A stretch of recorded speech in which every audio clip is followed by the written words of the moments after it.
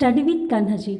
तो भाई आज जो हम डिस्कस करने वाले हैं अपनी इस वीडियो के अंदर वो करेंगे हम एनवीएस में आए हुए 2019 में टीचिंग एप्टीट्यूड से क्वेश्चन आंसर। तो आज मैं आपको टीचिंग एप्टीट्यूड वाले सेक्शन से क्वेश्चंस कराऊंगी जो कि आपके 2019 में पूछे गए थे एनवीएस के अंदर। ओके, ये आपके एसएसटी के एग्जाम में पूछे गए थे भाई टीचिंग एप्टीट्यूड से रिलेटेड क्वेश्चन आंसर। और जिन्होंने जो है एसएसटी का प्रीवियस ईयर नहीं देखा है वो प्लेलिस्ट में जाके एसएसटी का प्रीवियस ईयर देख सकते हैं। मैंने वहाँ पर आपको 100 क्वेश्चन कराए हैं जो कि आपके 2019 में पूछे गए थे। तो आज चलिए हम अपना सेशन स्टार्ट करते हैं। टीचिंग एप्टीट्यूड से कैसे क्वेश्चन आए थे वो हम देखेंगे। तो देखिए क्वेश्चन फर्स्ट है आपका कि जीन पियाजे की शोध और दर्शन के अनुसार शुरुआती जीवन काल में बच्चों की अधिगम का आधार डैश होता है या होती है। तो भाई जीन पियाजे आप सभी जानते हैं जीन पियाजे को, ठीक है। तो ये जो है ये कहते हैं कि जो बच्चे का स्टार्टिंग का जो टाइम होता है ना अधिगम का मीन्स सीखने का जो बेस होता है वो क्या होता है। तो देखिए जब बच्चे छोटे होते हैं तो वो नाटक के थ्रू बहुत जल्दी सीखते हैं, ठीक है। तो उनका जो शुरुआती जीवन काल होता है उसमें बच्चों का जो अधिगम का आधार होता है बेस जो होता है सीखने का वो होता है नाटक। ओके, नेक्स्ट क्वेश्चन है कि निम्नलिखित में से कौन सा समाज का एक छोटा पितृसत्तात्मक दृष्टिकोण है। तो देखिए आप ये जो है वीडियो को पॉज करके भी देख सकते हैं।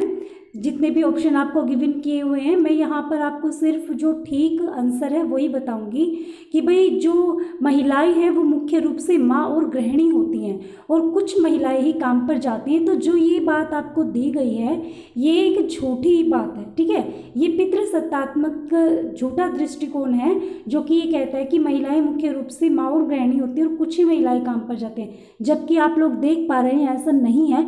आज बहुत सी महिलाएं बाहर काम पर जाती हैं और घर पर तो वो करते ही हैं प्लस वो बाहर का भी काम करते हैं। तो वो सेल्फ डिपेंडेंट आज हो गई हैं, वो किसी पर डिपेंड नहीं है, ठीक है। तो ये बात एक झूठी है। फिर नेक्स्ट क्वेश्चन है कि यदि शिक्षक की कक्षा में, ठीक है, यदि किसी शिक्षक की कक्षा में कम से मध्यम मतलब थोड़े से बीच वाले जो विकलांगता वाले छात्र हैं तो मानक प्रक्रियाओं के अनुसार उस शिक्षक को न्यूनतम कितने दिनों की प्रशिक्षण की आवश्यकता होती है। तो ये बात आपसे पूछी गई है। तो भाई देखिए उस शिक्षक को जो है ना 1 से 2 सप्ताह के प्रशिक्षण की आवश्यकता यहाँ पर होती है। फिर नेक्स्ट क्वेश्चन है कि बच्चे डैश अवधि के अंत तक मानसिक प्रतिनिधित्व वाली गतिविधियों जैसे कि बहाने करना उनमें संलग्न होने में सक्षम हो जाते हैं। तो यहाँ से जो है बच्चों की अवधि मतलब एक टाइम पीरियड पूछा गया है कि बच्चे किस टाइम पीरियड में बहाने बनाना जैसी जो जितनी भी गतिविधियाँ हैं एक्टिविटीज़ हैं जो उनकी वो शुरू कर देते हैं, उसमें वो मतलब मैच्योर हो जाते हैं। देखिए यहाँ पे जो ज्ञानेंद्रिय सेंसरी मोटर है उस अवस्था में क्या हो जाता है कि बच्चे बहाने करना इत्यादि में सक्षम वो हो जाते हैं, ठीक है। वो मतलब कर देते हैं ये चीज़ें, बहाने बनाते हैं। तो यहाँ पर ज्ञानेंद्रिय सेंसरी मोटर दिया हुआ है आपको, यहाँ पर बच्चे हो जाते हैं सक्षम। तो फिर है गणित पढ़ाने की रचनात्मक पद्धति को लागू करते समय शिक्षक की क्या भूमिका होती है। तो शिक्षक क्या सुनिश्चित करता है कि छात्र अपने मन से ज्ञात प्राप्त करने की प्रक्रिया का हिस्सा बने, ठीक है।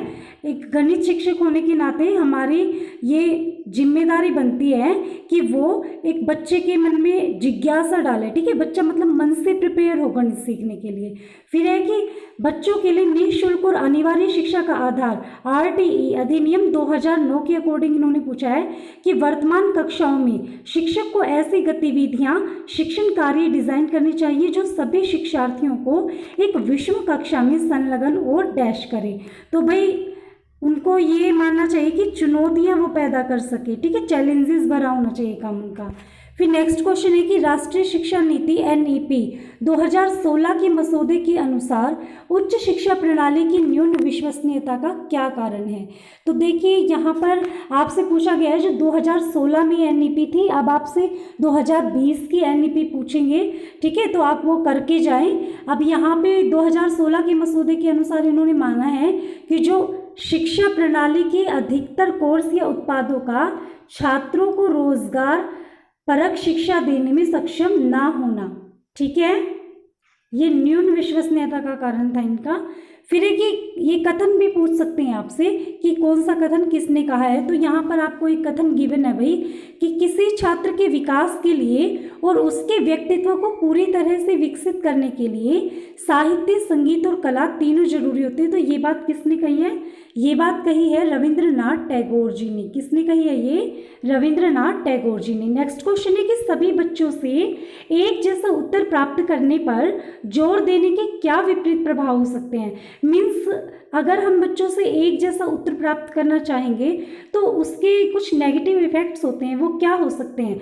तो भाई वो होगा कि बच्चों को अपनी समझ और कल्पना के विकास में बाधा पड़ेगी। वही है कि भाई हर बच्चे की ना अपनी एक अलग समझ होती है, हर बच्चा अलग अलग वे से सोचता है। तो अगर हम ऐसा करते कि सभी से एक जैसा उत्तर हम पूछने लगे एक शिक्षक होने के नाते, तो वो जो है ना बच्चे के विकास में, उसके ज्ञान के विकास में बाधा उत्पन्न करेगी, ठीक है, उसकी समझ में, उसकी कल्पना में। तो हमें ऐसा नहीं करना चाहिए कि एक जैसा उत्तर ही सभी बच्चे दें। फिर है कि राष्ट्रीय पाठ्यक्रम रूपरेखा NCF 2005 स्कूलों में विज्ञान पढ़ाने के लिए किस शैक्षणिक दृष्टिकोण को अपनाने का सुझाव देता है?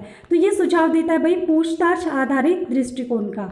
फिर नेक्स्ट क्वेश्चन की तरफ हम लोग चलते हैं कि निम्न में से किस काल में गुरुकुल, आश्रम और परिषद नामक शिक्षा केंद्रों का उदय हुआ और शिक्षा ने एक औपचारिक स्वरूप लेना शुरू कर दिया? तो ये बात हुई थी आपकी वैदिक काल में, ठीक है। कौन से काल में हुई थी ये? वैदिक काल में। नेक्स्ट क्वेश्चन की तरफ चलते हैं हम कि एक शिक्षक ने अपने विज्ञान के छात्रों को गृह कार्य के रूप में निम्न गतिविधियां करने के लिए कहा और दी गई गतिविधियों में से किस गतिविधि के लिए छात्रों को स्थानीय सामग्री का उपयोग करना होगा? तो भाई ये आपको 4 ऑप्शन गिवन किए हुए हैं, ये आप पढ़ लेना। तो मैं आपको यहाँ पर सिर्फ जो सही ऑप्शन है वही बताऊंगी। तो यहाँ पर दिया हुआ है कि घरों में जो माताएं चावल, गेहूं को हाथों से साफ करते समय जिन चीज़ों को फेंक देती हैं उनका निरीक्षण करें और अशुद्धियों को पहचानें और उनके संभावित दुष्परिणामों का या दुष्प्रभाव का आकलन करें, ठीक है। ये वो लोग कर सकते हैं, ये छात्र कर सकते हैं। फिर है कि निम्न में से कौन सा बाल केंद्रित अध्यापन विज्ञान का एक उदाहरण है? तो देखिए जो बाल केंद्रित अध्यापन है यानी कि बच्चे को ध्यान में रखते हुए जो हम अध्यापन करते हैं, अध्यापन विज्ञान का क्या एग्जाम्पल है? तो ये है कि बच्चों को जो है ना स्कूल के भीतर और बाहर अपने अनुभवों के साथ स्कूल के ज्ञान को साझा करें और दोनों को वो एकत्रित करते हैं। ओके, कि जो बच्चे होते हैं वो स्कूल के अंदर की नॉलेज और प्लस बाहर की नॉलेज, उनको वो क्या करते हैं, स्कूल के ज्ञान को साझा करते हैं और फिर दोनों को वो एकीकृत कर देते हैं। ये इसका एक एग्जाम्पल है। फिर है क्वेश्चन नंबर 14 कि एक शिक्षक अपनी कक्षा में छात्रों को कागज की हवाई जहाज बनाने के लिए कहता है, यह शिल्प या क्राफ्ट में डैश को एकीकृत करने का एक एग्जाम्पल, एक उदाहरण है। कौन सा? तो देखिए एक शिक्षक है, वो कागज का हवाई जहाज बनाने के लिए बच्चों को बोल देता है, तो ये शिल्प का तो एक एग्जाम्पल है ही, प्लस ये एक गणित अधिगम भी है, ठीक है। कैसे ये गणित अधिगम कि जब हम बच्चे को बोलते हैं कि भाई आप कागज की एक नाव बनाओ, तो वो क्या करेगा, कागज को फोल्ड करेगा, ठीक है। फोल्ड करना, उससे शेप्स बनाना, जैसे वो फोल्ड करेगा फिर एक ट्रायंगल शेप्स बनाएगा वो नाव के लिए, तो उसको शेप्स का पता लगता है, उसको फोल्डिंग का पता लगता है, ठीक है। तो ये सभी किससे जुड़े हुए हैं? गणित अधिगम से आपके जुड़े हुए हैं। नेक्स्ट क्वेश्चन और लास्ट क्वेश्चन है आज की सीरीज का कि 5 मई 1988 को स्थापित राष्ट्रीय साक्षरता मिशन प्राधिकरण का उद्देश्य क्या है? तो इसका उद्देश्य है कि वैश्विक शिक्षा में गंभीरता और इसकी आवश्यकता की नवीन भावना का संचार करना। तो भाई ये 15 क्वेश्चन थे टीचिंग एप्टीट्यूड के और ऐसे ही क्वेश्चन आपको देखने को मिलेंगे आपके एग्जाम में। तो ये जो है आप ज़रूर देख के जाएं, ये वीडियो बहुत हेल्पफुल है आपके लिए, ठीक है। ऐसे ही टाइप के क्वेश्चन आगे आने की पॉसिबिलिटी है।